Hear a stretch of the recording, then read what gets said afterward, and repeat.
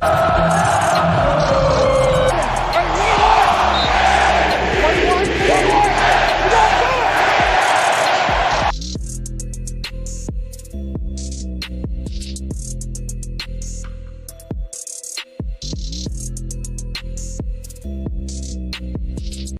gon' run it, hit the field, blast off, watch them all fall. This is AFC North talk. Got me hype, it's about to be a touchdown. Got the Ravens, Steelers, Bengals, and the Browns. Are you listening? It's time to get it hype. Tune in when the season poppin'. Yeah, we going live. Ay, knock them out. Ay, first down, going hard. Yes, indeed. AFC North talk. Let's go.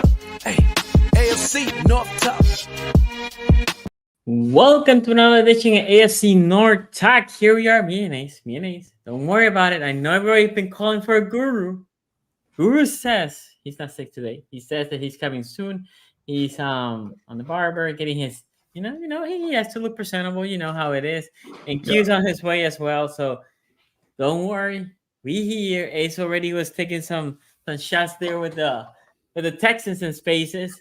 Yeah, man, the Texans, Texas fans, hope that you guys are watching this episode for sure. I didn't know you guys existed until CJ Stroud threw 5 touchdowns. Apparently they all crept out, but yeah, we'll see what's happening. So it's funny because obviously there's gonna be a big AFC showdown this week, and me and Ace were discussing because we didn't notice both or all 4 teams play each other, right? There's 2 games next week for the AFC North, the best division in the league. By the way, there's no other one that is even close. It's gonna be a good week next week, but all these teams cannot be looking ahead. That's how you get to the trap. And obviously, the Ravens are playing their round, so it's hard to look ahead. But the other 2 teams, talk about the Steelers, we talk about the Bengals. They can look ahead. You cannot fall into that, mindset like, oh yeah, whatever. We'll push it for later.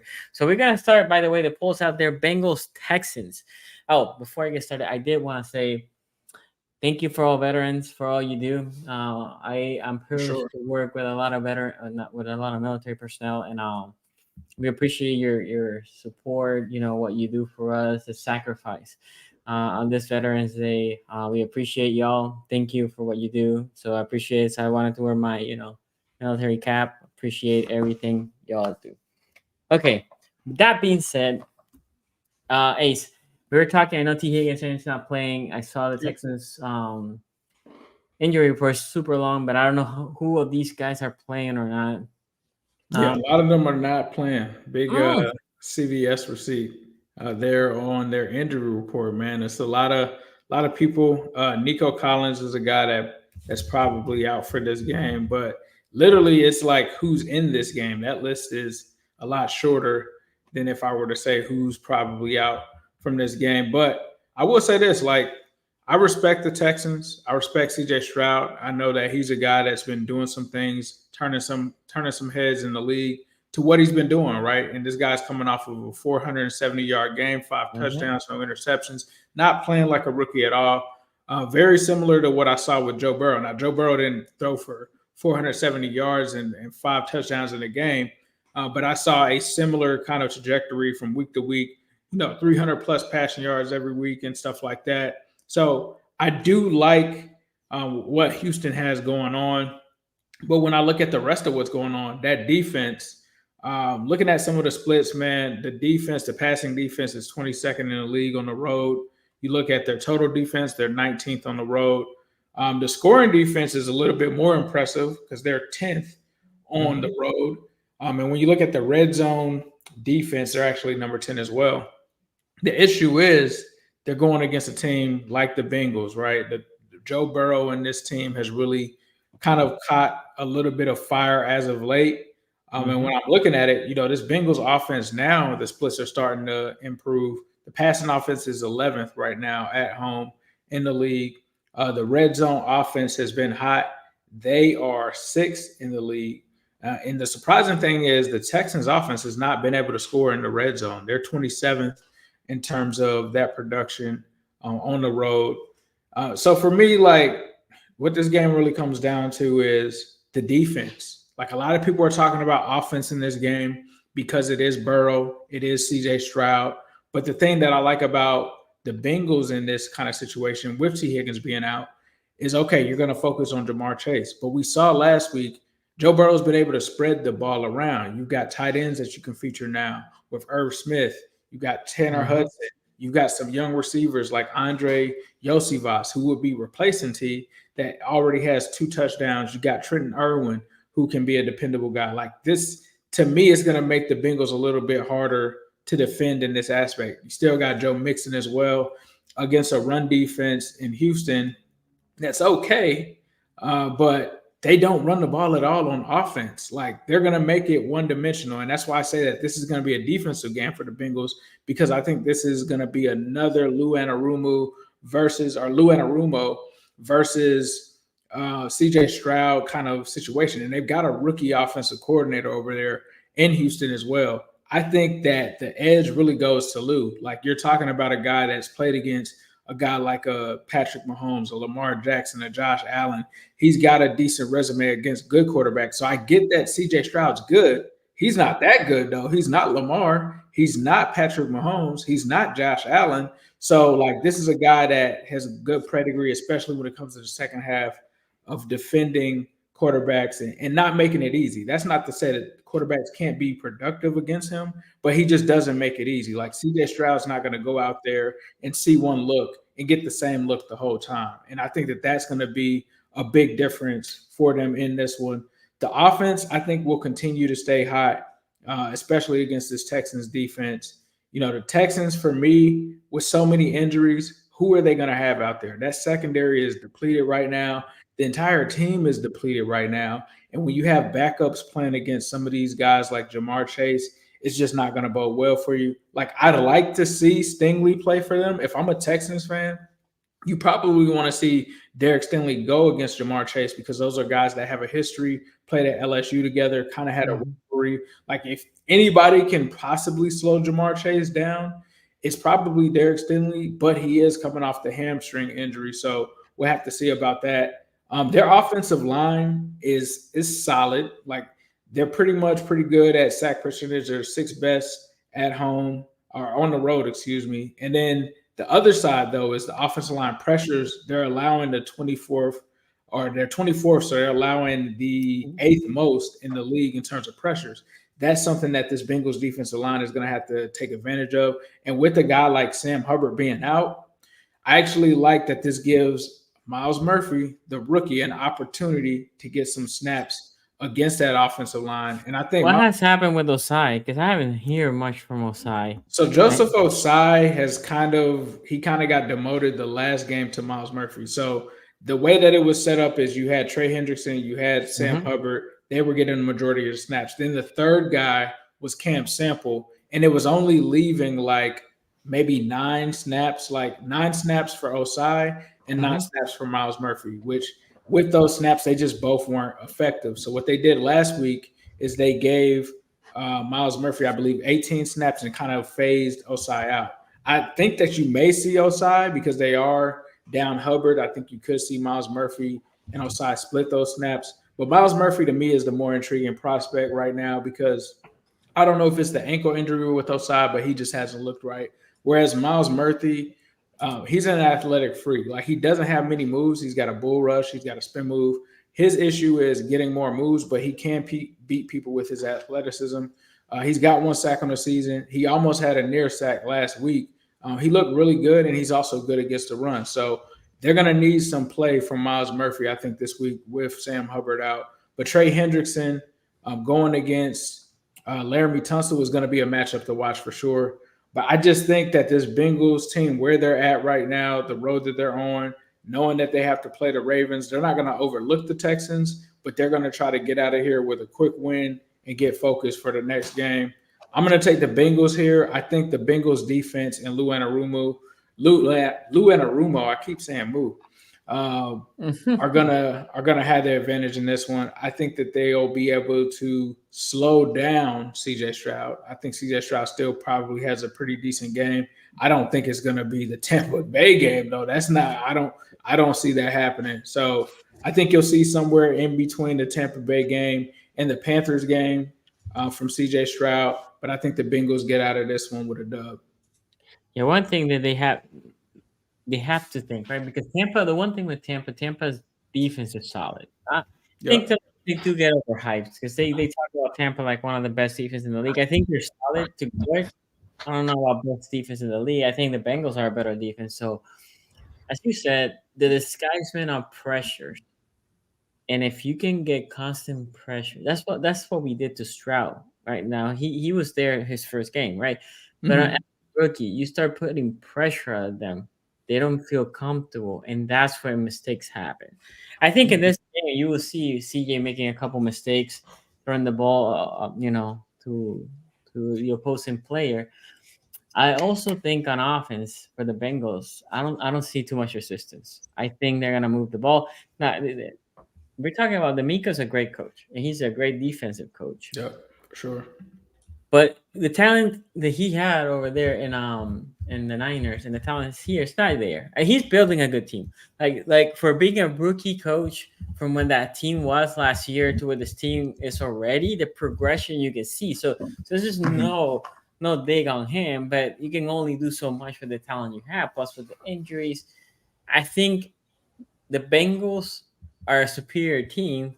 Plus the Bengals are catching the Texans on a good time. I think both things are right. I think the Bengals are the better team, plus them being so hurt coming to the Bengals hurts them too, right? So I agree with you. I think the Bengals win. I think the Bengals win comfortably. I think they win probably by 10. But it's one of those that you probably jump into a lead and then you almost put in cruise control. I feel like the Bengals sometimes tend to do that instead of just completely pulling some teams away. Not that they haven't blown teams away before, but I'm just saying overall. And the Texans will fight. It's not like the Texans will just roll over if they see themselves losing by 2 touchdowns early in the game. But I think the Bengals will win this one. Should be a good game, though. I think it should be a good game. I think it will be specifically it's going to be a good learning lesson for Stroud, right? Because probably they're coming really high. As you said, hey, Texas fans right now, they're probably talking crazy. They're probably talking. Yeah, I mean, they can win the division. They can, and I think that they'll be a threat for sure. I think they could even be a threat for possibly the wild card. But you got to play some of those big dogs in the AFC, man. They play a lot of teams in the North. Like we talked about when we started this show, best division in football. We'll see. But as far as some of the guys, the notable guys that are going to be out this game, Damian Pierce is out. It's likely that Steven Nelson is going to be out. I want Steven Nelson to play because he talked crazy about Burrow his rookie season. Jimmy Ward is going to be out. Nico Collins is out. The linebacker Henry, he's a rookie. Toa. Yep, he's going to be out as well. Q, what do you think is going to happen in this game? I actually don't think CJ Stroud's going to have that many issues this week. I think because, like, if you look at his advanced numbers on PFR, right, you would think pressure, like that's the big thing. You can get pressure on him and affect him. And look, they played Baltimore, got pressure to them 26.4% of the time, and that was his worst game. You know who got pressure on him 31.1% of the time? Tampa Bay, right? So I don't think pressure bugs him that much. It did second most time, like again, Baltimore. Maybe it's the blitzing, right? Maybe he can't deal with the blitzing. You can confuse him. That was something that a lot of people are thinking or assuming into this game. And Baltimore blitzed him 14 times, and that worked. But you know who blitzed him 12 times? Tampa Bay, right? Like, I understand that there's going to be a little bit of a difference of complexity, but he's played against defenses that do disguise things well. New Orleans is a defense that likes to disguise things. Pittsburgh is a defense that likes to disguise things. Even Jacksonville, like these are all defenses, Tampa Bay, that disguise things. I think if the game plan is we're going to confuse him and just rush him and treat him like a rookie quarterback, that's not going to be a game plan that works. You got to treat this dude like he's been in the league for a couple of years and kind of treat him like how you had to do early Joe Burrow, where like the plan on Joe Burrow was like, oh, we're going to blitz him. He's going to have to make decisions fast. And then like after his first game, it wasn't a thing anymore. So I think that he's going to be able to put together a good game, keep the Texans into this one, I don't think he has the weapons to go over top on this. Is this in Houston? No, this is in Cincinnati. Yeah, it's going to be tough to do on the road, right? So I think that's going to be a bit of an issue. And I think the one thing that they figured out with CJ Stroud at the week one, right? Week one, his intended air yards per pass attempt was about 5.9. After that, it's been at least 7.5, right? CJ likes to take shots downfield, and the Bengals are a good coverage team downfield. They don't really give up that many big plays.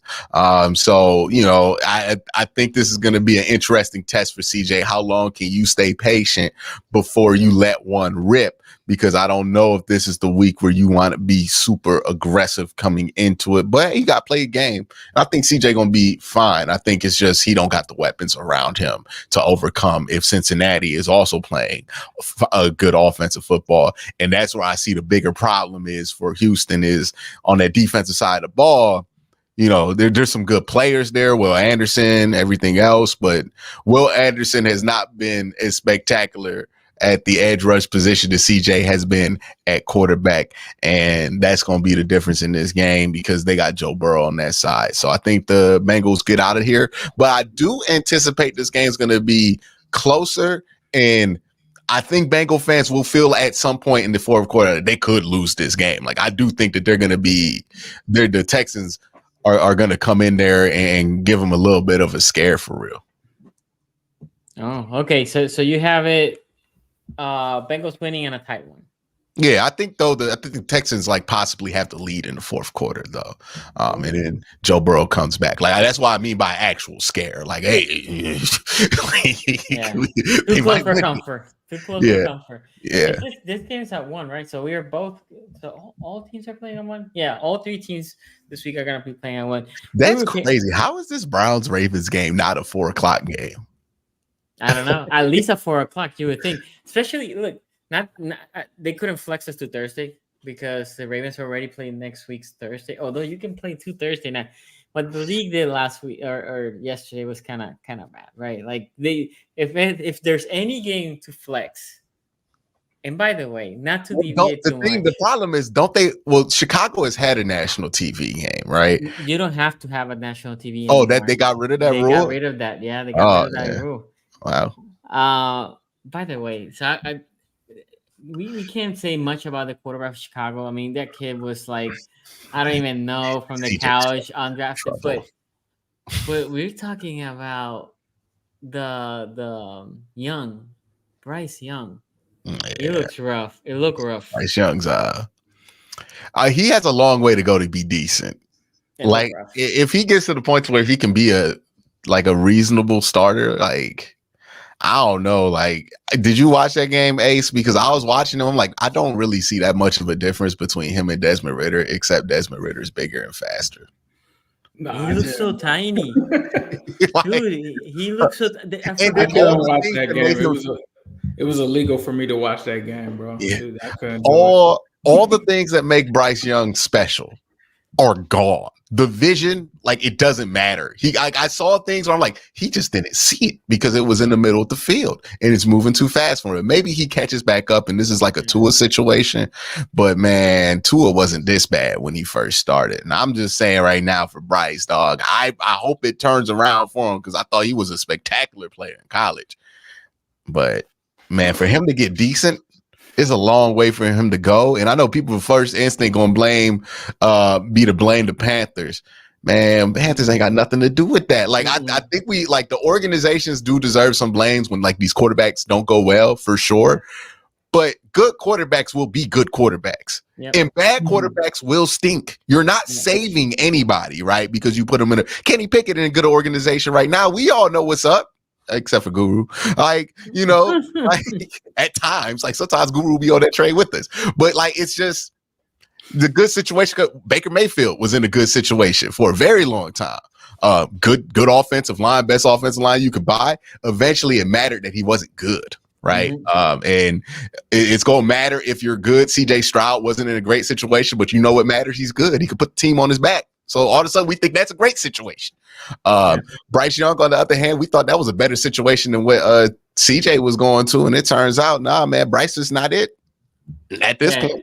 if you want to blame the Panthers of anything, is they traded all these assets to get Bryce Young instead of the other quarterbacks, right? They traded DJ Moore. Like DJ, not Moore. DJ Moore. Yeah. DJ Moore. Yeah, they traded DJ Moore to get this done. Like it did.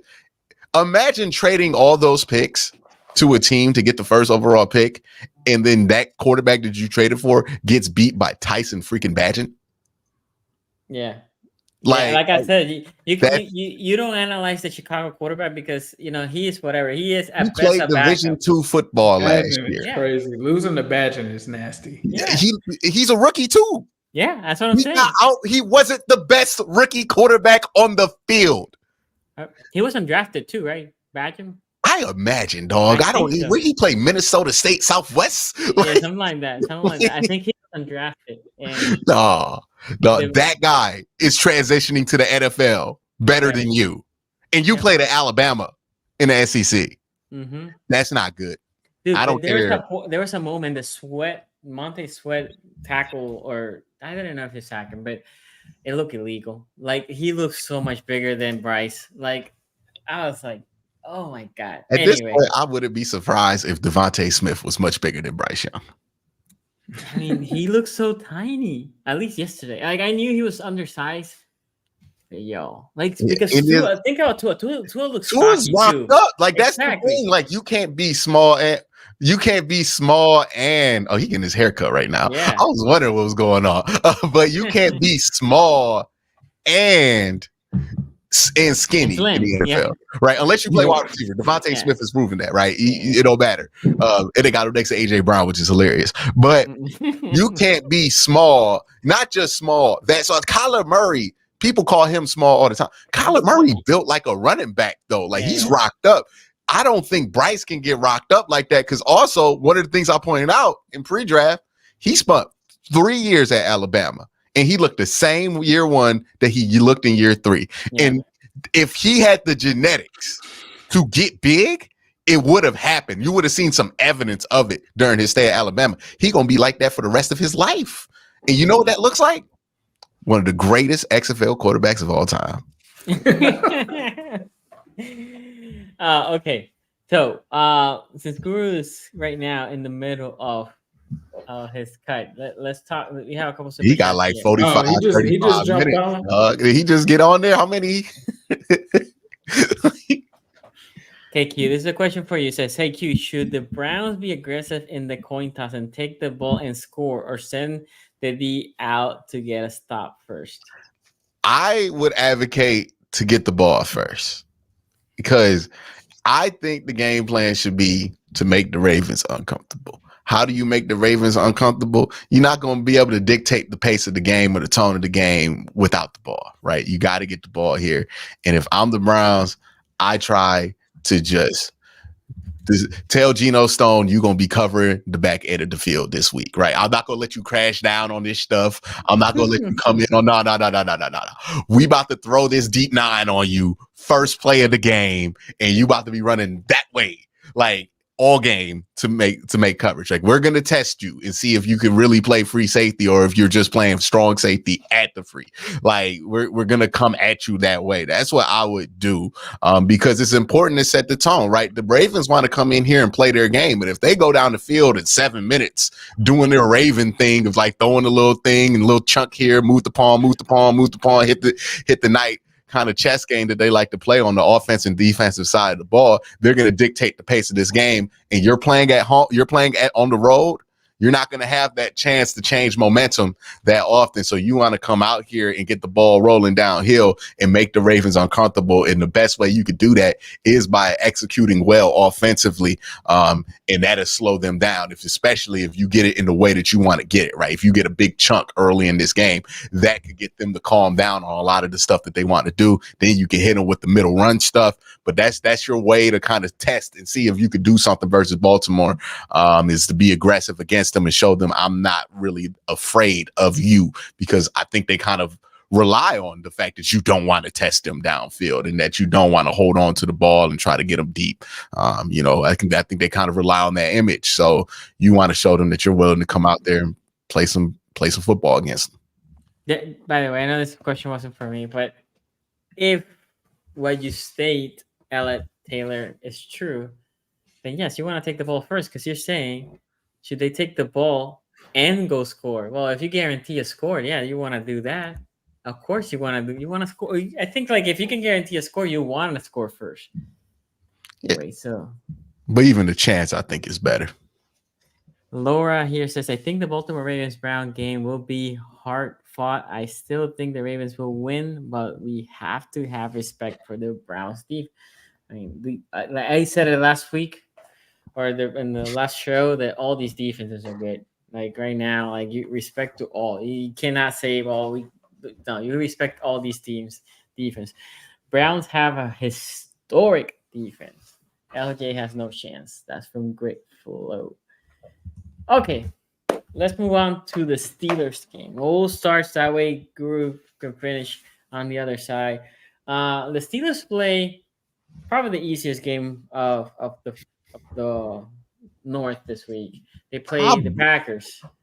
I mean, you know, Definitively the easiest game. It's the NFL, so you never know. I know, but like I would rather play the Packers than any other team that's going up against any opponent this week. Like, not only that, so they're and it's at home. It's at home, and they're coming from a Thursday night, so they're also getting the little bye, which is I call it the mini bye. Right, so the Steelers come well rested against the Packers team. They have a lot of questions, right? That pick for Jordan Love is looking highly questionable because that was the pick that threw the tantrum for not Brett Favre. That's the same people, right? But Aaron Rodgers, and after that, relationship was never the same. Blah blah blah. We don't want to relive that. The problem that I have with the Green Bay Packers is, what is their talent level? Talent level over there, not great. They have some young receivers. They are, up and coming. That if they have a better quarterback, I think they can be better. The running backs are okay. I think that's the thing with that team. They're just okay. And when you have an okay team, you need a great quarterback to elevate an okay team, which I don't think is what they have. Look, I think this is the game that Steelers defense is going to eat. That Steelers defense is going to eat. And on the offensive side, I don't know what to think about the Steelers offense. Like they have played bad defenses, and it hasn't mattered much, right? In the fourth quarter, they wake up. I think the defense gonna eat. I think they win comfortably because the defense gonna eat. I think it's gonna be pressures. There's gonna be sacks. There's gonna be interceptions. There might be fumbles. I think this is like if you have the Steelers on fantasy, this would be a week that you play the Steelers on fantasy on defense. On offense, in theory, they should be able to move the ball and be halfway decent against the Packers. But do you have faith? I don't know. I cannot tell you anything about the Steelers offense, right? Like, it is what it is. So, Ace, by the way, the previous poll, Bengals 70%, Texans 30%. Ace, what do you think about this game? So initially coming into this game, I thought that it was an easy kind of matchup for Green Bay. But I kind of do the splits on the games, right? For Green Bay? You thought Green Bay? No, I thought it was an easy game for Pittsburgh. Oh, for Pittsburgh. Okay. Green Bay I thought it was easy pickings for that. Then I started looking at some of the numbers. Green Bay on defense, I think a lot of people are kind of sleeping on them. They're 9th in pass defense on the road. Steelers are 19th. They have the 12th rushing offense on the road in the NFL. So they're able to do some stuff there. Run defense, they're 18th. We all know the Steelers don't really run the ball like that, but the Steelers are 17th. When you look at the total offense, both of them aren't doing well, right? But Green Bay gets the edge there, 23. Pittsburgh at home is 29th. Total defense, this one will probably shock you. Packers 13th, Steelers at home 28th. Now that's yards and stuff like that. So obviously what really matters is the scoring and the red zone stuff, right?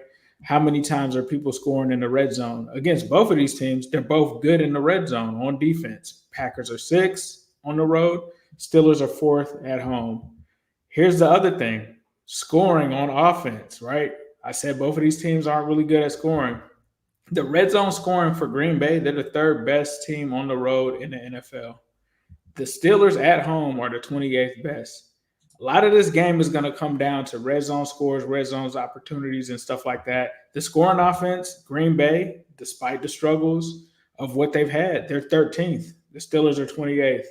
Scoring defense, they're 6th. Steelers are 4th. Like this is actually a lot closer than people expect. And then the other thing we're going to say is the Steelers, if they win this game, is going to be in the trenches, right?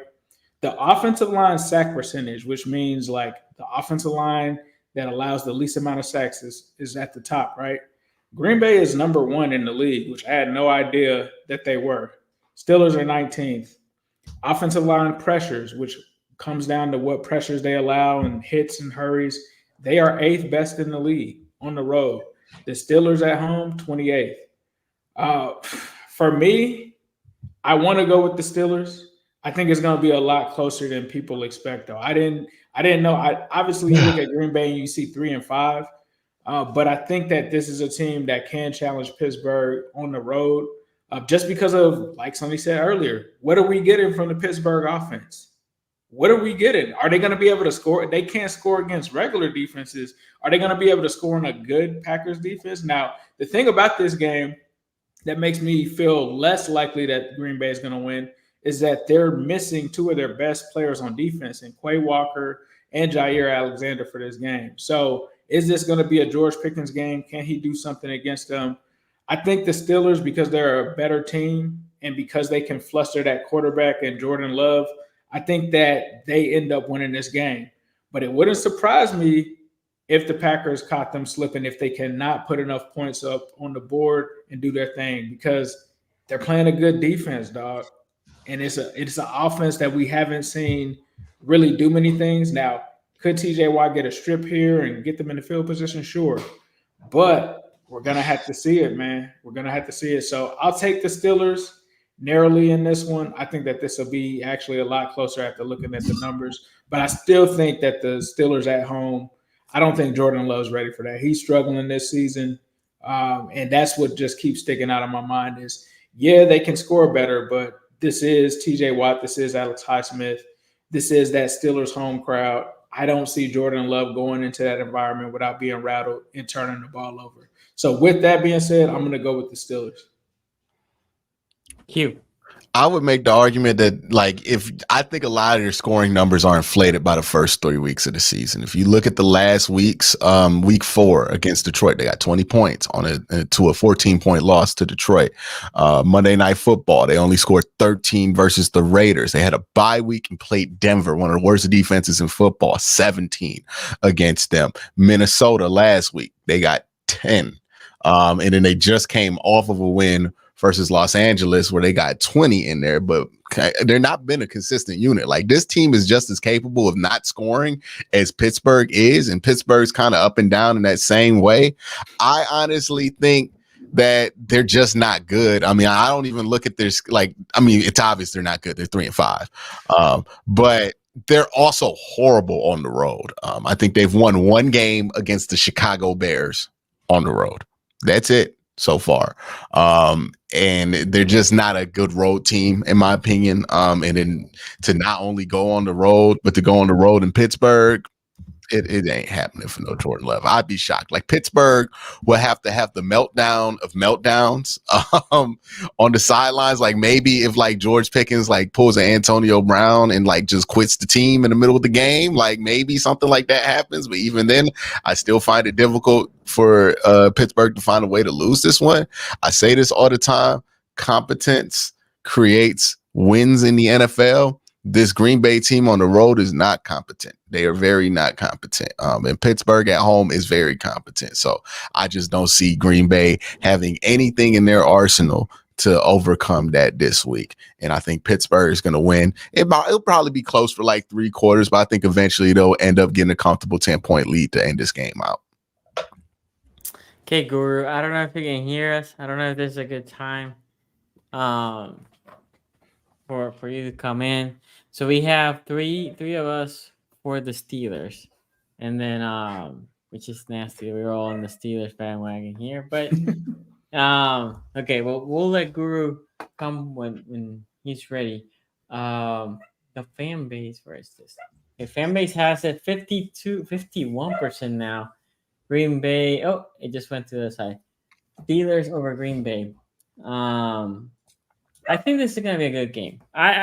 You know what? I think it is not a good game. Sorry, a competitive game. Good game. You know how last night was a competitive game, right? That wasn't a good game. It was a competitive. That's what I expect for this game, right? But Was it even that? I mean, it was a close game. It was Tyson Magic going down the field for 3 quarters, and then Bryce Young doing absolutely nothing about it on the other side of the ball. No, because the one score that the Panthers got was a That was like in the first quarter, right? Yeah, I thought it was a return too. It wasn't. Yeah, it wasn't even offensively. Like, they're just bad, man. Yeah. Like, they suck. Yeah. That's South. That whole South, right? Because, if you think about that South, wide open. That's why Baker has the chance. Baker, he's 3-5 too.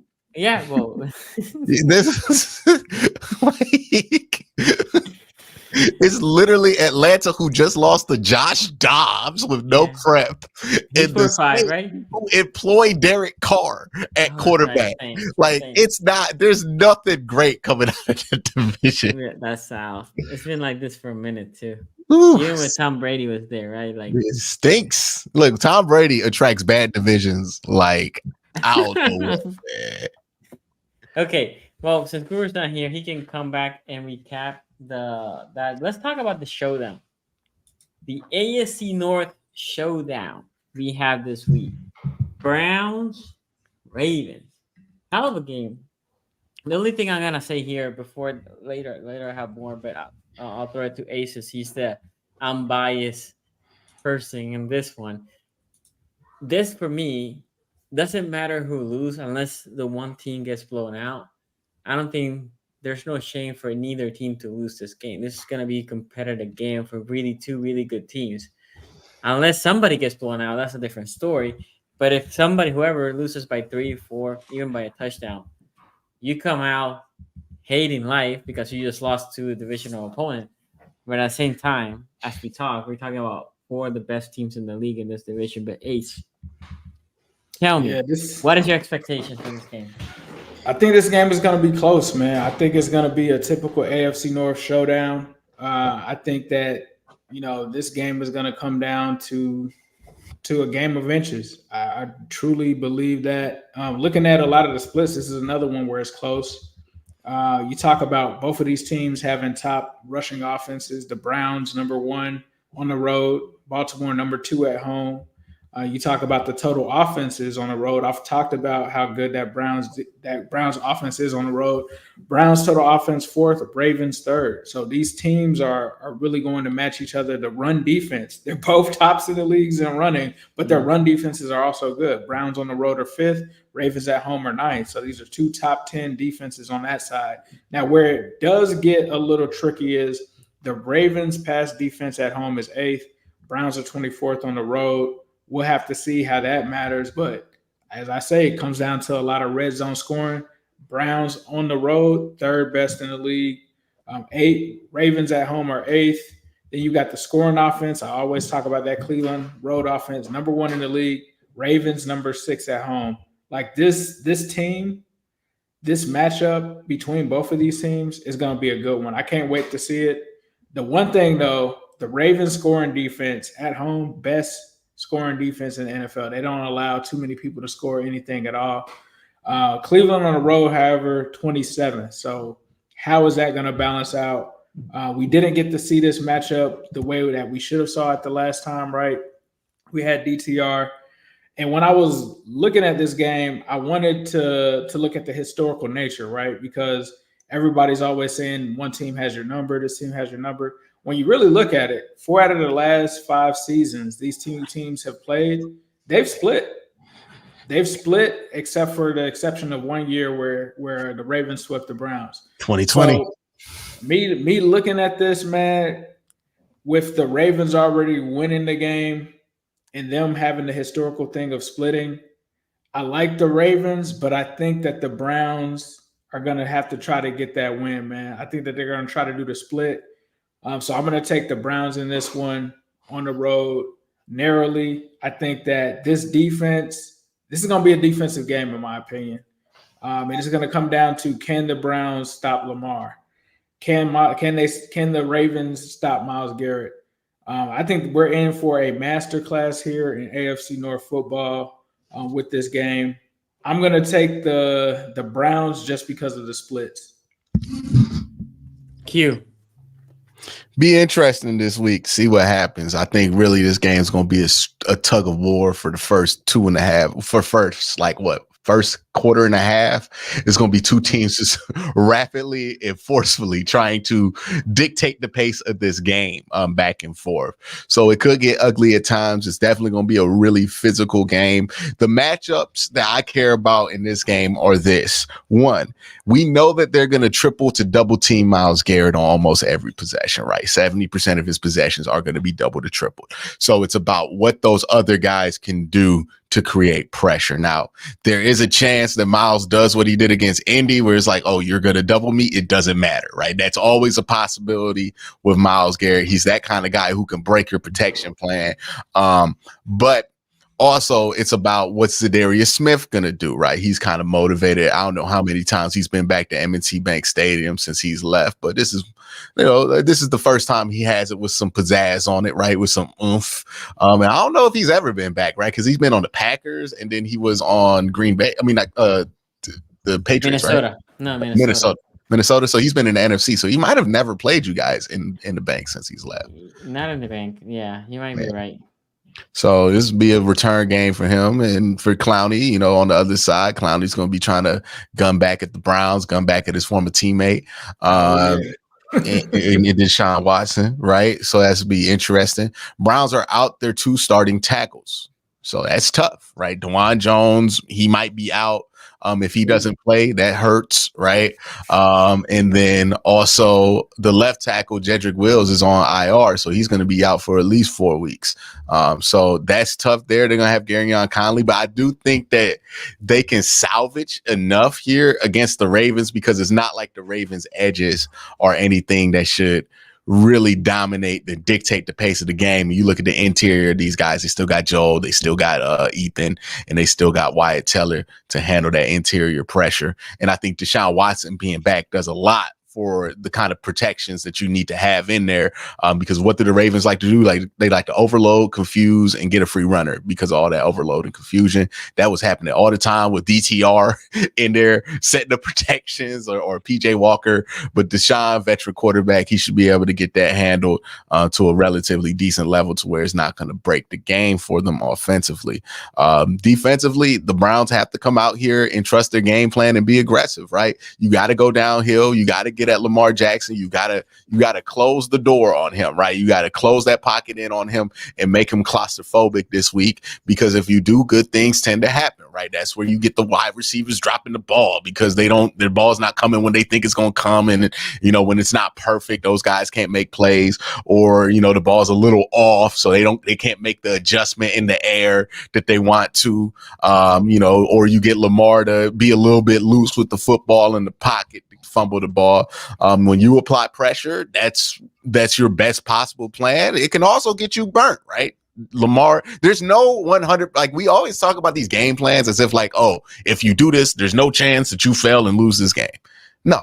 When you go against Lamar, you just got to make a decision in what you want to be. You got to be aggressive against Lamar. Look, there's a chance that he could cook you if you're being aggressive. There's a greater chance that he could cook you if you do nothing, right? So you got to do something against him. I know Lamar can throw the ball deep and he can do all these things, but I don't want to give Lamar time to figure it out. With throwing it, right? He's dangerous there as well as running it. I want to just condense the clock on him and make him make decisions in less than 2.5 seconds. And if you can achieve that, you can keep this game close. Again, it's going to be a knockdown, drag out defensive battle. So it's not going to be about how consistent your offense can be. It's going to be about how often can your offense make plays. Deshaun Watson, you're going to want him to throw that ball downfield and be aggressive this week, right? He did 4 downfield throws last week, was really good on all 4 of them. Now you're going to want him to do about 8 to 10 this week and be successful on 6 to 8 of those.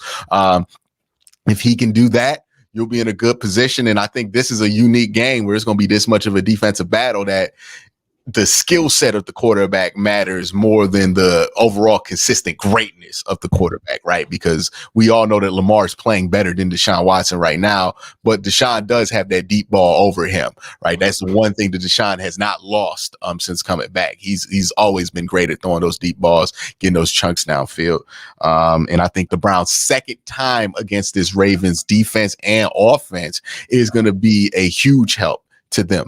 You go back and look at that game from week 4, you understand the DTR was in there. But if you look at the defensive performance in that, I don't see much to be overly concerned about. Some of the stuff was some trick play stuff. A lot of it was Lamar making some of the most incredible throws you've ever seen him make. There were like 4 in that game. And if he does that to you again, shout out to him, dog. Like, I can never be mad because somebody out here balling. But you want to put him in a position to force him the ball, right? Like, you can't just let it be easy for him. You got to force Lamar to make those tough throws. You got to force those wide receivers to make those tough catches. If they get them, they get them. That's AFC North football. But you got to put them in position to make those plays. And that's why this is going to be a great game this week, because I think both teams are going to force each other to make great plays in order to win. And it's going to be knock down, drag them out from the beginning of this game, because there's no feeling out process like there usually is in a Baltimore Ravens game where they try to like feel you out and jab you for a while. No, both teams know what each other's going for. And both teams are going to fight like hell to make sure both teams are successful. So it's going to be a hell of a game, man. Yeah, this should be a fun one, right? This should be a game that you look at it, and look, we're talking about 2 great defenses, right? As Ace said, 2 great running games. So I think that's one key. What running games can actually start gaining yard against the other defense, right? The Ravens started the year very bad in this scenario, and then had gone better as the years gone by. I said it before, like my D line, it was weird because they're playing so good, pressuring the quarterback, but on the other side, they're giving up so many runs, glaring gaps. Well, they have fixed whatever the issue was in the past couple of weeks against good running teams. They have been able to clamp down on the running side. So I think what team starts running the ball better is important, because that will then inclinate play action, and that will soften some of the pass rush. Look, I know the Ravens had no leg to stand on the edge room, right? We talk about this. It's a running joke. Ravens 4, LOL. But the ability that these guys have been to provoke pressure, to put pressure on the other quarterback, to sack the other quarterback, it has been insane. I've been shocked. I'm not here gonna be like, oh yeah, I knew this was gonna happen, right? I'm not one of those that hindsight's 2020. The Cleveland Browns not having the 2 tackles, it's gonna be interesting. Clowney has been playing one of his best football in years, and like I said, the problem with Clowney is he doesn't finish the play. But one thing he does is when he gets to the backfield, even though he doesn't finish the play, which irritates the hell out of me, gives opportunity for somebody else to clean up after him. You'll be Odafe Owe, Van Noy, can be one of the interior D tackles, right? Maravilla playing out of his mind right now. One of the top sackers in the league from the defensive tackle position is insane. So that will be my second point. So my first point, who can rush better between these 2 teams? Second is who can provoke more pressure against the quarterback, right? Could be defensive line for the Browns between Myles Garrett, Cedarius Smith. I agree with Q. Cedarius probably very motivated. He played us last time, but like you said, never been here in the bank. Or would it be Clowney and company, right? Third, who's going to minimize big plays? Minimizing the big plays on defense is key, right? Being a defensive struggle game, if somebody comes here and goes 70-yard touchdown, 50-yard touchdown, right? Either by a run, special team, or throw, that can swing the game. The other thing, the low key, the Ravens have not been good in this, and Deshaun Watson also tends to have that problem. Not on the fumble side, that's the Ravens. So the Ravens, can they be clean? I cannot remember what was the last time that they had a game without a fumble, which is insane. I cannot tell you from my mind what was the last. I think every game this year we had a fumble, every single game, right? Which is insane. That stat right there. I don't know if it's true, but I feel like every single game we had a fumble. On the other side, Deshaun Watson, right? Okay, he had a clean game. Not necessarily again on the fumble side, but on the interception side. Okay, he had a clean game. Not that he's not been able to do this in the past, but again, against two great defenses. Essentially, what I'm saying is, what team can win this turnover margin? Because the turnover margin is another thing that can swing this game rapidly. Look, I think it's going to be a good game. I think it's going to be more defensive dominated. And the question will be, what defense budge first? And another thing I think is important that sometimes we don't talk enough. Not about special teams, although special teams can play a factor in this game between the punter on the change of position and the kickers on the field goal position. But the other thing that I think it will be a key is that time of possession. Being two teams that like to run the ball, even if you're not running the ball exceptionally well, gaining that time of possession will help that defense stay quote unquote fresh as much as you can. Because I think again, this is gonna be a battle. It's an AFC North battle. So staying fresh as a defense is important. And the offense can help with that. I think it's gonna be a great game. I think 1:00. I don't know if there's another 1:00. I agree here with you. How is this not at least the 4:30 game? It's insane for me. No, I like 1:00 games. Did CBS not have the late window this week? Even if they didn't have the late window, they could have put them at 4:30. Well, I'm saying, like, if they don't have the late window, then they can't. They can't put a non-West Coast game on at 4:30. You know who's probably the 4:25 game of the week?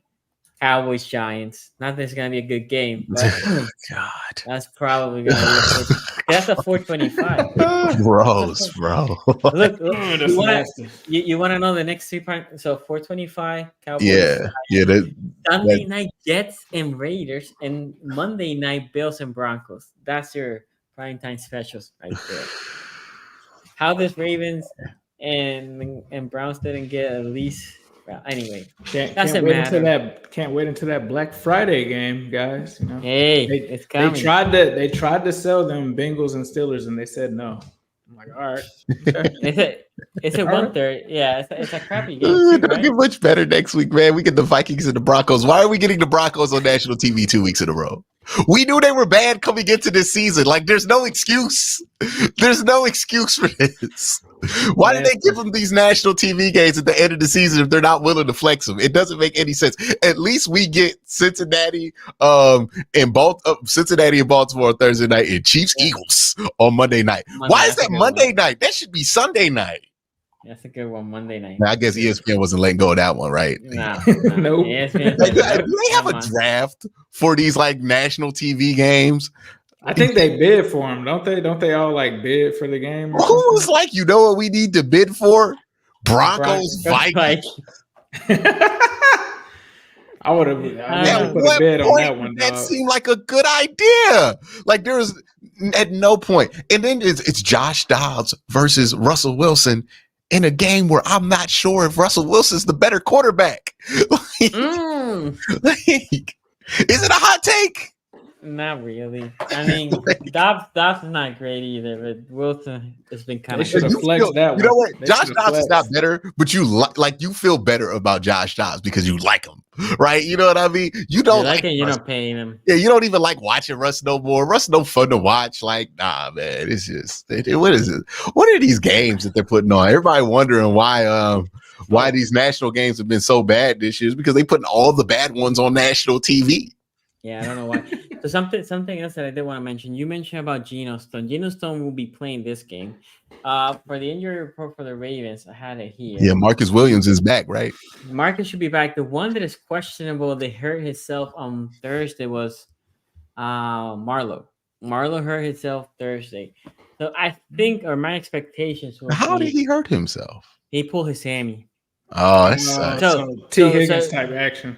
Yep. Yeah, so I don't think it's gonna be like multiple weeks, but it might be a week, right? Especially when he pulled it on Thursday. He's questionable. He practiced. Ooh, it might be multiple weeks because you play on Thursday. Oh, that's right. We played Thursday. I forgot that. Yeah. But anyway, what I did want to say is, I think on the backfield it's been Geno and Hamilton, but I think this is a game that they're gonna bring Hamilton to the slot because Marcus Williams should be back. He's been full participant or practice the whole week. So I think Marcus and Geno's going to be back there with Hamilton playing more close to the line of scrimmage on the slot. Anyway, I just wanted to say that, and then yes, Morgus Moses should be back. He's questionable, but he was full participant on the whole week of practice, and also Mitchell, the running back sensation that everybody knows. Okay, Guru, you there? You want to run through these games? You're muted, by the way. Yeah, I know. Hey, the listeners, man, they said I was getting the Manscaped, so hopefully the Manscaped came out all right. What's going on, man? Hey, Sorry the about lineup that. looks better than your picks last week, so that's all good, you know. Listen. You're lucky my tummy's cooperating today. But nah, I was listening. The Bengals game. The injuries with T. Higgins and possibly with Chase, I think has made the game a little closer. But I just think that Lou is going to basically show looks the CJ has not seen. I heard Q thinks that he doesn't have any problems without Dameon Pierce. Basically, if you go back and look at the Bucs game, the Texans they got away with a lot of bad coaching in terms of play calling for the Bucs, time of possession, and they capitalized on a lot of mistakes that Baker made in terms of converting third downs. Basically giving the Texans an opportunity to capitalize. You look at the 38 seconds. I mean, bro, that I had deja vu watching the Bills Chiefs game. When a team's going to understand, stop playing 20 yards off the ball and utilize some type of pressure. So I think the Bengals Texans game is actually going to come down to who runs the ball more and also who's more effective on third down. The Bengals. Before their streak of winning, they were one of the worst in the National Football League in third down conversion. Right now, I think they're top 10 since they've won their 4 games. And then the Texans, on hindsight, they're one of the worst third quarter teams in the second half. So I'm looking at that. And if Joe Mix is able to run the ball, you'll see the looks that you saw out of Tanner Hudson. You'll see the looks of Irv Smith because defenses are not going to put 8-9 guys in the box and allow T. Higgins, Jamar Chase to have one-on-one matchups. Now, the availability of those two is key, but I like the Bengals by a field goal. I just think the Texans are a team that they're going to make youth mistakes when you have a young team in a big pivotal matchup like this. And then you got to ask yourself, what is the psychic of this young team and a new head coach, quite frankly, after a win that was still in the whirlwind. You gotta move forward, come to an environment that in the AFC has been one of the better ones in terms of home winning percentage and Joe Burrow's record against AFC South teams. I believe the only teams that he's lost to were the Texans and then I believe the Colts a couple of years back. Did he lose to the Titans this year? Titans and the Colts. Yeah, Titans and Colts. Yeah, Titans and the Colts. Right. Now, moving forward to the Browns and Ravens game. I actually do like the Browns. Damn. The reason why, Now you know Q is an L. It's an L. Mark it. the reason why I like the Browns. The reason why I like the Browns is because I think your defense is severely underrated. And it's kind of like the Steelers analogy. You think with PJ Walker in there, the defense will miss a beat. I also think the Ravens, nobody's talking about it, how bad Ronnie Stanley's been playing. Ronnie Stanley is the perfect guy for Jim Schwartz, the perfect guy for Zadarius Smith, who played for the Ravens to get his get back game. Myles Garrett, he moves around, but Ronnie Stanley, he's the worst lineman on their team. And for me to say that, you look at Lamar Jackson, you look at the Steelers game. A lot of fans are going to blame drops, but at the end of the day, the defense has to make plays and create pressure. And I think that the Cleveland Browns, they're one of those teams that they relish in a moment where nobody's giving them a shot. I thought that would be week 2 versus Pittsburgh, but now that I look at it, they're not giving you a shot with 3 tackles, including Hudson. Not Hudson. What's the relief? Your third tackle. I know you got 2 guys on IR: Wellis, DeJuan Jones, and then what's the other guy? Well, DeJuan's not on IR, but Jack Conklin's on IR. Conklin. So without those guys, they're not giving you a shot. I remind people that the Baltimore Ravens They lost to the Colts. They lost to Gardner Minshew. It was a game where you have to ask yourself, are the Baltimore Ravens looking over for this Thursday night game versus the Cincinnati Bengals? Sonny, you don't have to grab your hair, brother. Listen, you're gonna grab your hair because guess what? Gus Edwards, Keaton Mitchell, those guys are not gonna run crazy like you ran against Seattle. And if you do, then Cleveland, who's I believe top 3 in DOA, top 3 in terms of total defense yards allowed. So, hey, don't kill me. Those are just the numbers from NFL team rankings. I like what I'm seeing out the Ravens offense.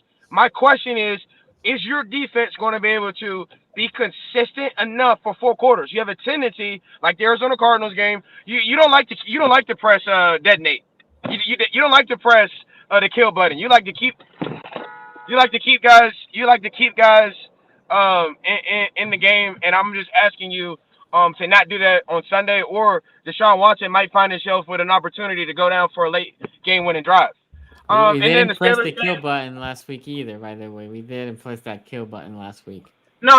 You played Geno Smith. Geno Smith pressed the kill button. Wait. You told me.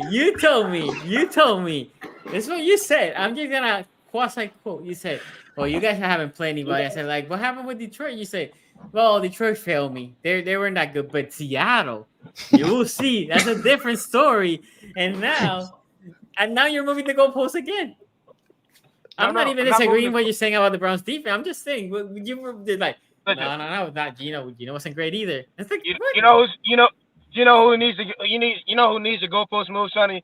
Zay Flowers fantasy owners. Okay. When are you going to get that young man involved? A game like this against DBs who are ultra aggressive, I can't count on the Ravens to capitalize, because Rashard Bateman, Odell Beckham, Nelson Aguilar, that group is one of the worst groups that Lamar Jackson's ever had. Let me first tell you, you still need a number 1 receiver. Okay, so that bodes very well for an advantageous defense that relies on the front 7 that plays disciplined football. I think Grant Delpit, I think he's actually one of the most underrated safeties. I think it goes Cam Curl, and then you got to ask Delpit. You got to put Delpit in there. And here's my question: If Myles Garrett wrecks the game, what are you going to do? What are you going to do? You going to ask Ronnie Stanley or Mark Andrews to chip him? No. So I like the Browns 27-24. Sonny, that's not a big booty breakdown. At least it was close. Okay. And then the Steelers game, I mean, my goodness. It's a lot of love in the air, brother. Jordan Love is exactly what JPJ needed.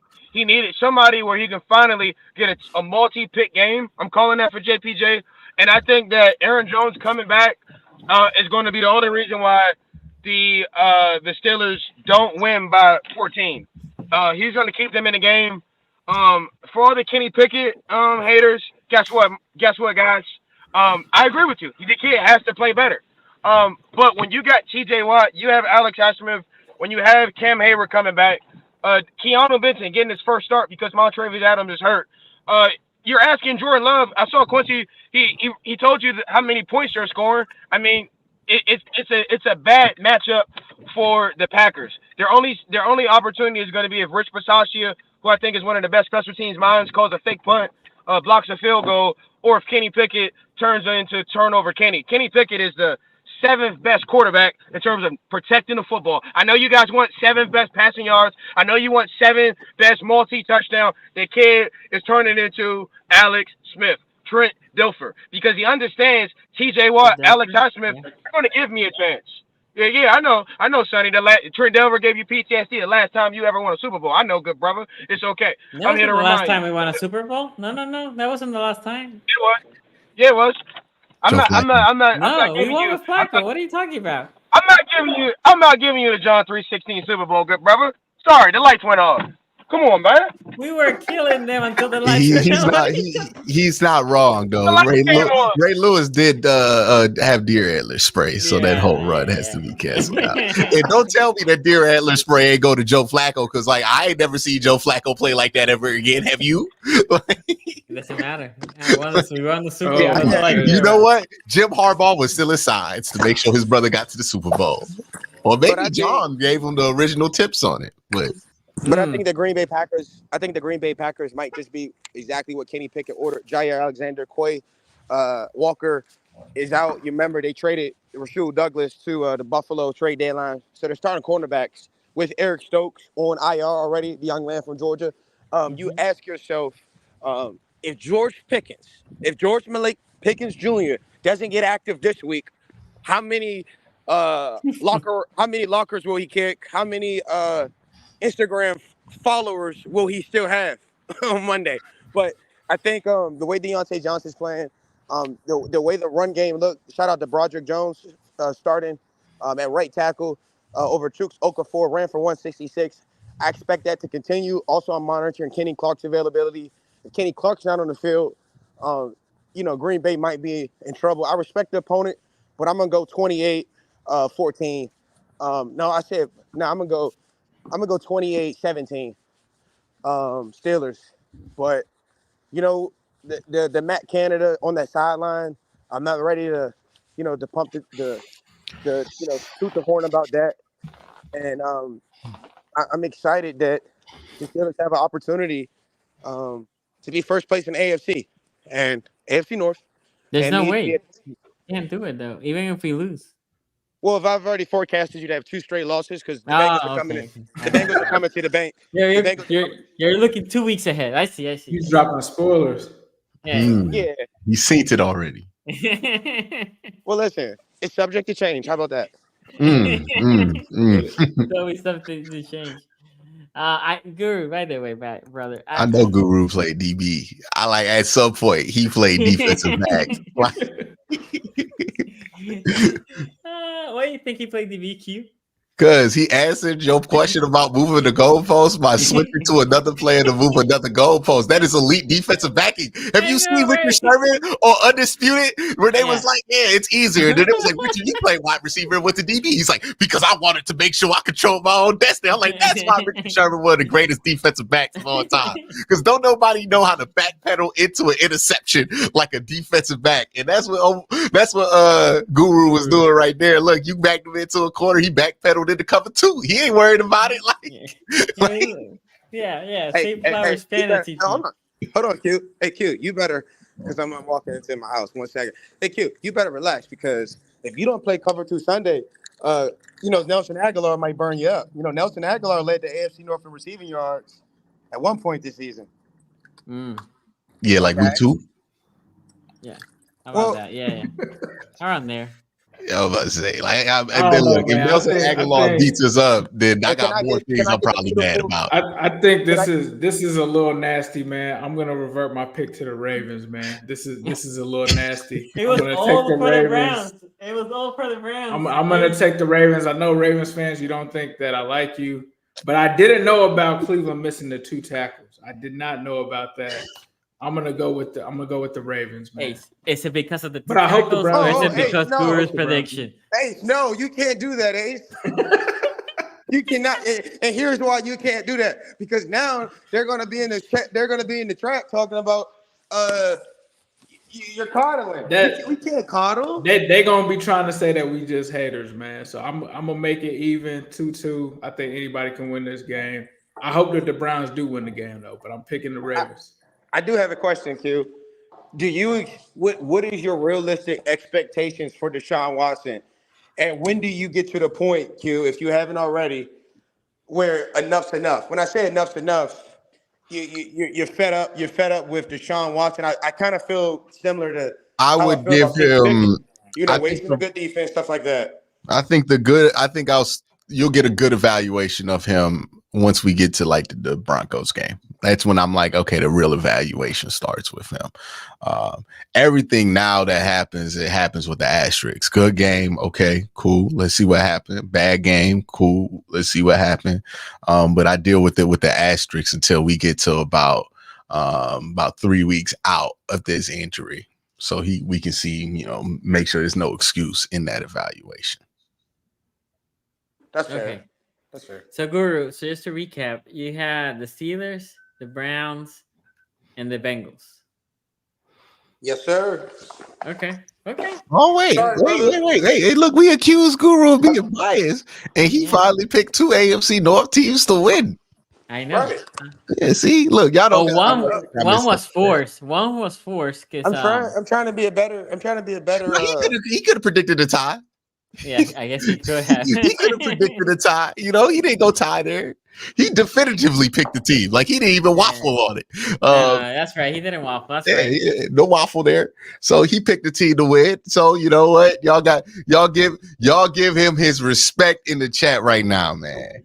Okay, they telling me my haircut was manscaped. Hey, let me tell y'all something. Y'all in those comments, you dudes are hilarious. You beautiful people are hilarious, man.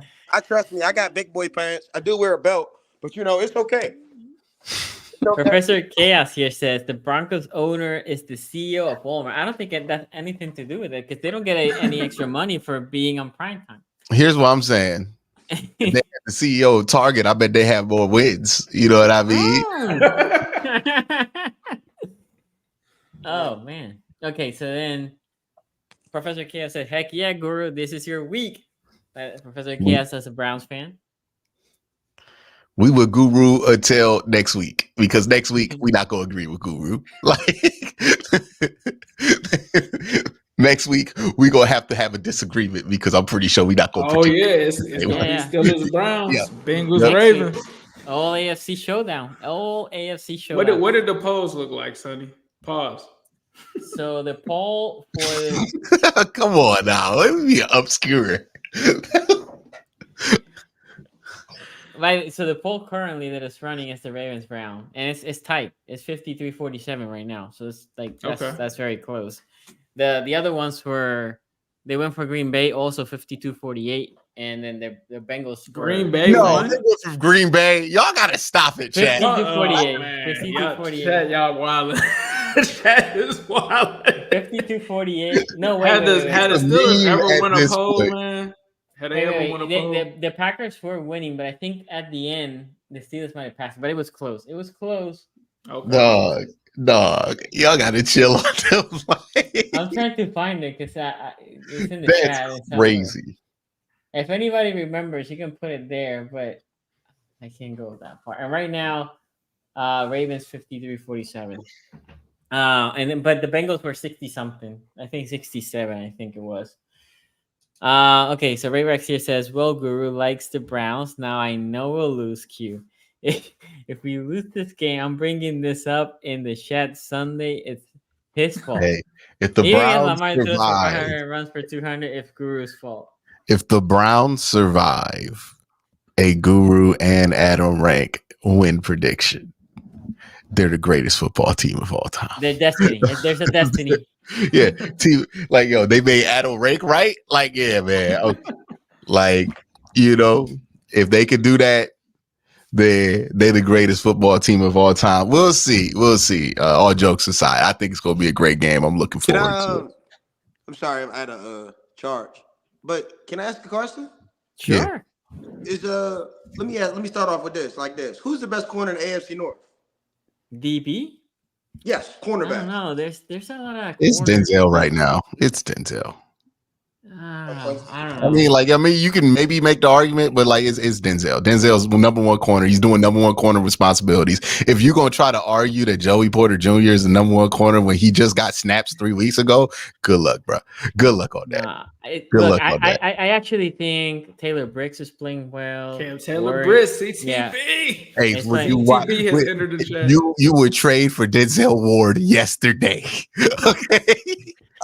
No, I wouldn't. Yes, you would. No, Guru. You would trade for Ward, even if it's not for Porter Jr. You imagine having Ward and Porter Jr. You cannot tell me that the Browns have Ward and Porter Jr. because we have Martin Emerson, who's just the same thing as him. He's playing great too. Excuse me, gentlemen. I have Darius Rush. You ever heard of him? You'll see. You know what? Don't worry about it. You'll see next Thursday. You'll see next Sunday. Darius Rush. I'm gonna put that down. Yeah, right. Put it there in the number notes. 21 rookie from South Carolina via the Kansas City Chiefs practice squad. Hey, do you know him personally? I know we're not fans of PFF, man, but just saying. What does PFF say? What What is is PFF? PFF? Brandon Stevens family. Brandon Stevens is. No. They're Oh, saying Brandon that Stevens Brandon is playing Stevens great. is the best He's corner in the playing AFC a North. hell of a game. I don't think he has allowed any They've got touchdowns. him over Denzel Ward, fam. That's crazy. He's been playing great. That's He's been played a playing lot of great. snaps though. I thought it was gonna Yeah. be one of those things where it's like, oh, he Yeah. No, didn't play. Denzel Ward, the only 600 corner they leave on the island on man coverage in this division because you know what's up. Everybody else zone corners. Maybe you can say Joey Porter Jr. Marlo has always been pressed. TTB. And Marlo ain't even been like that this year. So True, he's been hurt a lot this year. DK had DK in shambles. DK Who? was inactive the next game. Cam Taylor Britt. And I see a lot of. I think he's a Bengals fan. Is Abdul a Bengals fan? Mm-hmm. Yeah. I think Oh, he's so. not. Cam Taylor No. Britt. I think Abdul might be I think he's a I'm Bengals not, fan. I think he's a Ravens fan. No. He's a Ravens fan. He's a You're Ravens Oh, he's a Ravens fan. Yeah. Yeah, you were munching on Greg Roman last year. Relax, good brother. Have some decorum in here. So I think CTB is on the rise though. Like I'm gonna give it to Denzel Ward right now, but keep an eye on Cam Taylor Britt because he's having a crazy season. Season. I will say this. The crazy thing is there's a lot of good. Ain't no way corners you in this say Joey division. Porter. Hold on, wait, time out. No, ain't no way he said Joey Porter Jr. is the best quarter in the division 3 days. No, I wouldn't put him. Dog. Like, ain't no way. 20.8 points, 28.6 passer rating allowed, 0 touchdowns. I'm a numbers guy. Or how many attempts? Women and men may lie. Numbers. Okay, what's the attempts? How many attempts on him? How many attempts are those numbers guarded from? Let me check for that. I don't have PFF. Let me check. I think again. I'm gonna say this. I love how 20. Steven It's in between 8 and 20. It can't be more than that. I love what Steven's been done, but I look, Ward is an amazing corner, and Kyle Taylor Britt has been playing great as well. So this is Somebody say Kyle Hamilton. Kyle. Well, Kyle plays nickel. safety, but He he does plays play nickel. corner. Yeah, but Kyle Hamilton. Look, now this might be a hot take for y'all. I think Kyle Hamilton is the best defensive back. Like if we include safeties and corners, overall, I think he's. You put him over actually, Minka Fitzpatrick. I think he gets more responsibilities, right? They put him sometimes in the. Or are you slot. saying They on the put him- Ravens? No. I'm just thinking overall in the North. So you put him over he's the Minka? I'll put him over. I'll put him over. Say it right now. I'll put him over You Minka. putting Kyle Hamilton over Minka. When y'all were asking about Joey Porter Jr., are targets considered attempts or no? Yeah, targets. Yeah, targets. So 21 targets and Okay. 6 receptions. Yeah, Okay. that's like two. That could be like Now a 2 you game do know target. he didn't start till like the Jacksonville game. Yeah. It's we like know. he's only got. It's the same thing. Hold on, it's the same thing as Cam Taylor Britt. Cam Taylor Britt didn't start till when? Nah, Yeah, he but now started- he's season And two. both of those dudes are under No. Denzel We're not gonna do that because Cam Taylor Britt was a day 1 starter. He was a week 1 starter. He's a starter. Because it was You must be talking about DJ Turner. DJ Turner, you might be able to say that, but nah, Cam Taylor Britt's a starter. He's CB1. Yeah, he's Yeah. CB1. Cool. George Pickens public enemy number 1. No problem. Pickens doesn't do anything. Look, Hey, look man, what you he been does. worried that George Pickens Sonny, don't fight he doesn't do somebody. anything. He Against us, averages he did. 97 yards versus the Ravens. I against us, but I'm saying Yeah. on average, right? On average, what is he doing? He's just This ain't the game that George Pickens shows up what's for. Zay Flowers doing? That's okay. I'm not here pumping Safe Flowers that he's the best receiver in the Oh, North. he's AB like. He's the best receiver in the draft. I never said that either. I personally had never said that. I think he was great pick for the Ravens. I think he brings a lot to the Ravens, but I had never said that he's the best wide receiver in the North. Not even close. Not even close to the best wide receiver in there. Not Yes, two, not the you're third. the one who said he was better than Jamar Chase. Yeah, you were the one that said that You cared Pickens to is better defend than that one? Jamar Chase. Yeah, George Pickens. You said that Pickens was better than Chase. No, I said Pickens. I never said Zay Flowers. Was good at What? No, we recorded No, these. you said That's All right, Pickens. show me. Pickens. Show me. Not Zay You said Flowers. You Pickens. said No, Pickens. Pickens. You said Yeah, George Pickens is. He Oh. is. Wait.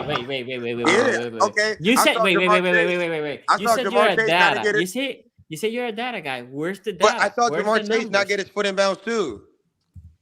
Yeah, Hello? but he gets his foot in I also bounds like saw 9 him score times a 3 year. touchdowns in 1 game. Did George Pickens ever do that? Well, No, I mean- how many years has Jamar Chase been in the league? 3, right? Okay, just compare his rookie year. Just compare the rookie years. Rookie years, yeah. Just Go compare, back to rookie just years. compare Hold on. half of his rookie year. Hold on. George Is Pickens. this a DPJ stand talking? DPJ stand. When have you ever heard me stand DPJ? Never. I am not the Randall Browns account you argue with on Twitter, Guru. No. Neither of the Ravens. Nah. I don't even talk to Brown fans on Twitter. Okay, we have a couple super chats here. Finally able to support you guys. Great podcast. All love from Jamaica. Shout out to you, man. How Allen Robinson not get involved in this conversation? By the way, That's I don't true. know who that is. That's what you always say. I don't know who that is. No, I know where he is. I just know usually what it's like 2 receptions, 30 yards. You know what I mean? But that's about what he averages. People want to give him top wide receiver money that year. Who they? Hoping the Browns beat the brakes out of the Ravens. BBB Inc. Whoa! Nah, this is an op. Whoa! Yeah. Put it on the screen. No. Stop it. He said who they? This is an op. This is an op. And the Bengals will pay. Okay? The Bengals will pay for this opposition. I'm calling it out. God. Objection. This is an op. Okay. No. Through the flag. Stop it. No flag on the play. Illegal booty beat down. Jordan Watts, $10 super chat from Jamaica. That's gonna be a 15-point deficit against the Cincinnati Bengals in the next in some time in the future. Okay. Shout out to you, man. Nope. And Ray Rack says Adam Rank picked the Ravens in his original prediction, so he can't be wrong this week. Oh, because he picked both. Does it balance it out? I'll tie, I guess. I don't know. It might come down to a field goal. It might. Professor K, are you gonna bring this up? Yeah. Who the best linebacker in the North? I got my vote. You know who? Pat I roll with Rowe. I'm gonna go with Pat. I'm gonna go with Pat Queen, man. Pat Queen be flashing on the field, and honestly, like when I watch that Ravens defense, I think number 6 is the one that you have to watch out for. You know, 0 a good accessory though. Y'all know who I'm going with. 0 a good accessory. I ain't gotta say anything. Y'all already know, man. Hey, man. What it is.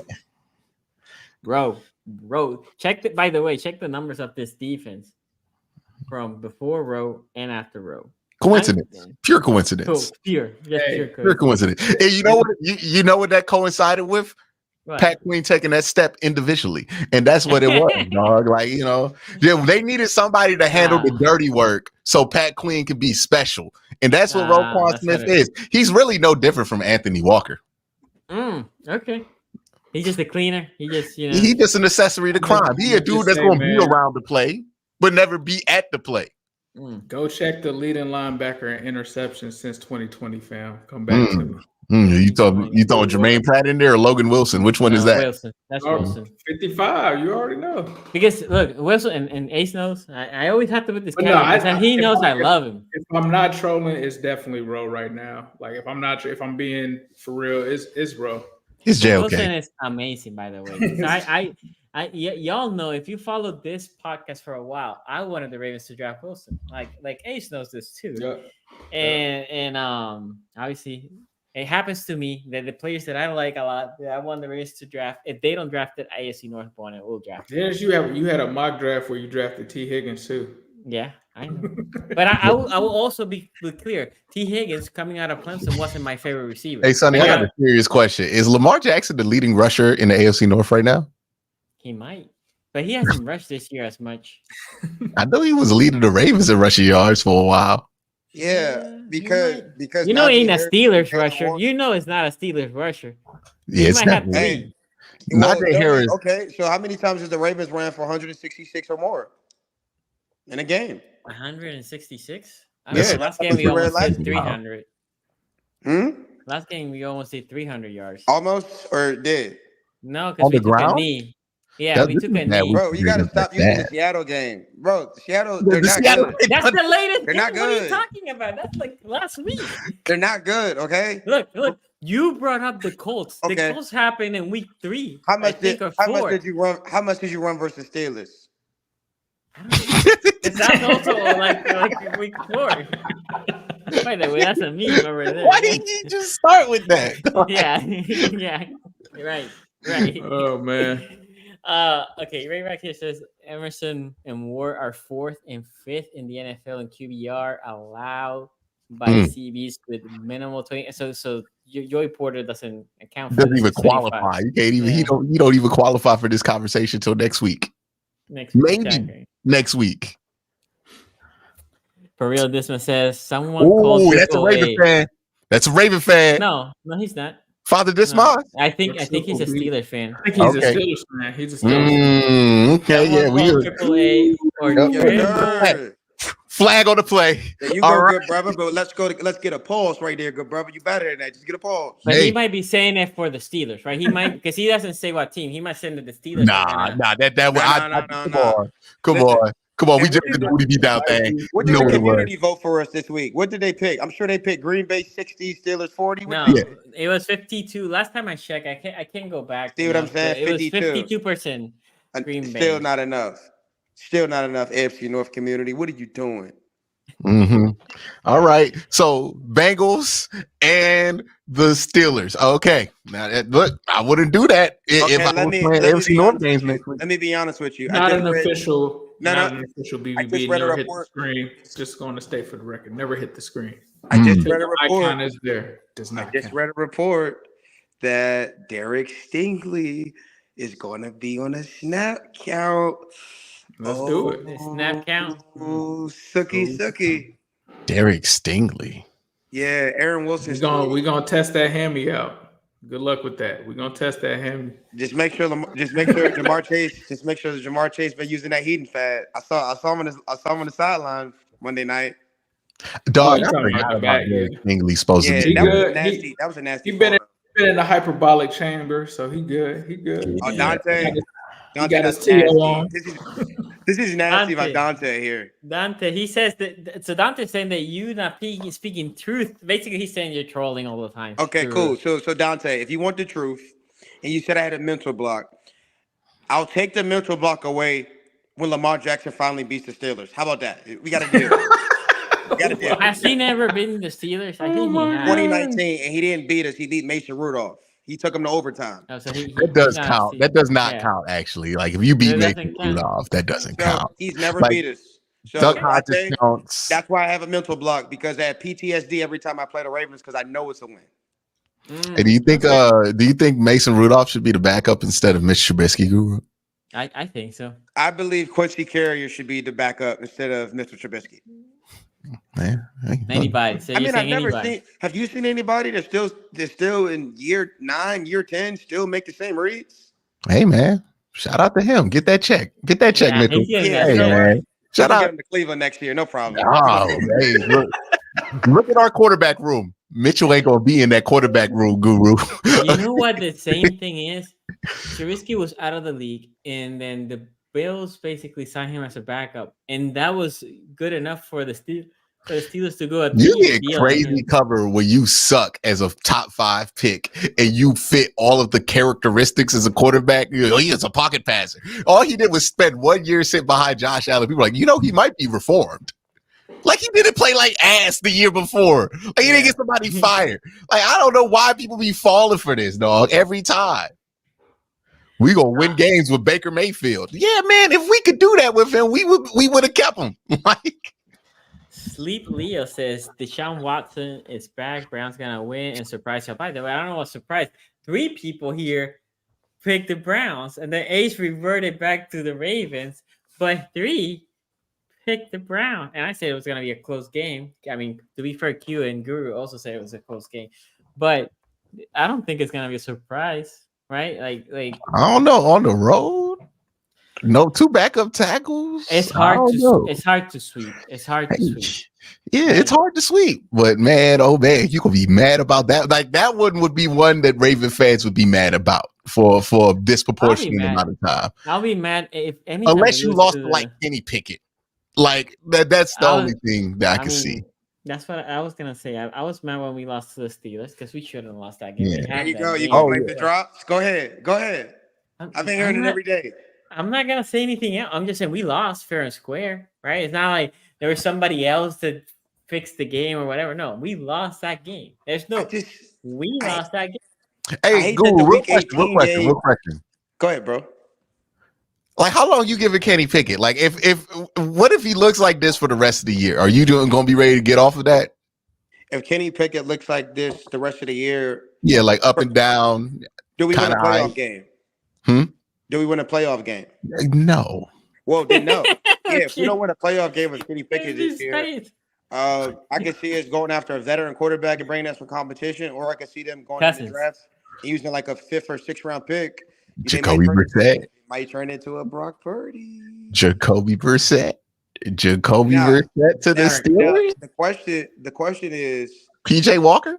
no. It won't happen. It won't The happen. question is Deshaun Watson going to give you an opportunity to win a playoff game this year? I feel better Look, about that than look. Kenny Pickett. Let me Well, say you this. should. Kenny Pickett's going in his 21st start. Yeah. Let me say this. I don't think Kenny Pickett going nowhere. He has to be extremely trash because the You're a Steelers. Ravens fan. You want that? No, wait, no. Listen to me. Listen to me. I'm not here. We right? should want Kenny Pickett Look. to be like Daniel Jones. You know what I mean? Look, Like, this hey, is exactly that for last year, sure. Kenny. That's what I need Kenny to do is like get I y'all agree. playoff run and then like let y'all beat like the Chargers in the first round, like something you do, and then like be like, hey, we gonna give Kenny Pickett $40 million. Actually, Kenny, man, I'm gonna help Kenny pick it out, dog. I want Kenny to cook. I But just Guru, perfect. I just here, ordered some no shrimp cap. teriyaki, Guru. DoorDash. Listen, Guru, I no think cap. Kenny Pickett is gonna have his first. I just think because he hasn't thrown for 300 yet. I think he'll have his Or multiple touchdowns, right? You know what Stop though? it, He needs stop the it. He did it versus the 300-yard game Raiders. though. That's not fair. He did it versus the Raiders on Sunday night. Okay. But no, I think the Green Bay game, if you don't have a good game versus Green Bay, if you don't have a good game versus Arizona, if you don't have a good game versus New England, Q, Sonny, Ace, that's when I think you have to have an honest conversation about it. But here, So, this is where this this is is the what- thing. This is this the is what I thing. No want for cap. them. No cap. Hold on, Q. The problem that I see the Steelers is the Steelers do hold to the players that they draft for a long time. Like they don't want to admit when they messed up. Like all our teams have messed up on a first round pick, right? We all have. But the Steelers are really like Pittsburgh has messed up a little bit more. Well, they like the Steelers have always been like, nah, but we show that we can, and they let the contract basically run all the way to the end before they're like, okay, we're gonna let move off of him, right? No, that's true. I just think like he's entered his 21st start. I know you don't like this, but second highest fourth quarter overtime record since 2002 in stats in the fourth quarter. You look at Big Ben's numbers. I mean, I think that has to do something. I mean, Big Ben's numbers his first 3 seasons, or you can go to his first 21 starts. I mean, Kenny's is better. You look at the turnovers. I mean, I know, but what people have to understand is that there's a situation that Kenny might not ever be better than Joe Burrow. He might not ever be better than Lamar Jackson. But he's better. He's right now better than Deshaun Watson. Okay, in his 21st start. So at the end of the day, I know you can look at me like that. Deshaun rookie or Deshaun now? He's 2-0 versus Deshaun Watson. It doesn't matter. He's not better than Deshaun Watson, any version of him. Like, it's not even matter. All right. You know, I hope Kenny Pickett puts up like a good 22 touchdowns and 14 interceptions, so Steeler fans will have that to fuel them through a bad next year. I'll see you next Saturday at 1:00. I need the Steelers to get a good reason to give him a 5th-year extension, Sonny. That's what we need. Or have no reason to keep him on that 4th year and then have to extend him. That's what, you know what? You're right. Good year this year, bad year next year, no 5th-year option. And then he should have the best year of his career, that 4th year, get that extension. And then we know what's up. That's what I'm thinking about. That's what I want for Kenny Pickett. You know what I want? I want Deshaun Watson to give the Browns a better chance than PJ Walker does every week. Hey, man, we went 2-1 with PJ Walker. PJ Walker makes more dynamic throws than Kenny Pickett. Well, I don't have a $285 million quarterback on my roster better than Kenny Pickett. Man, if PJ Walker had George Pickens, he wouldn't be mad right now. I'm just saying, y'all got real bad. Guru, you believe you have the best players at every position, don't you? Kenny Pickett is the GOAT, right, Guru? Well, Kenny Pickett is 2-0 versus Lamar Jackson. There you go. You like that one? He's 2-0 versus Lamar Jackson, Dante. The Steelers are. There you go, Q. That's the sleep Lyle says. Q, we smoking that flock pack on Sunday. They done legalized weed in Ohio, and they man already. They Sports voted. betting too, right? Uh-huh. They voted. They voted it. Yep, they got it. I like the over for interceptions for Lamar Jackson Sunday. What's the over under? 1.5? Nah, I got 3. It's AFC North football. 3. So you're saying more than 3 interception. It's Okay. crazy. Okay. It's crazy. Okay. Hey man, Well, we'll see what happens. It's gonna be an interesting Sunday. it's gonna be a good one. So come back here on Tuesday where we're gonna recap. Oh, their last super chat. Benjamin Scott says, "Sonny, tell Guru to stop talking to us until they are leading the division." You got it, Benjamin. I will. I'll see you Tuesday on time. I'll be on time Tuesday, FC North. I do want to, apologize. We communicate. It's a good family here, but I'll be better. And I also want all of you guys to make sure you continue your 110% trolling. You guys do a great job. You guys make trolls look like superior trolls. I'm very proud of you guys. You talking about us, or you talking about the fans? I'm talking about the community. Okay. AFC North talk community. Last one with this, we're gonna close. Browns ain't smoking no flock pack. They are gonna smack back to Ohio. With that, we're gonna have to say goodbye. We'll see y'all Tuesday. Take it easy, fellas. Peace out.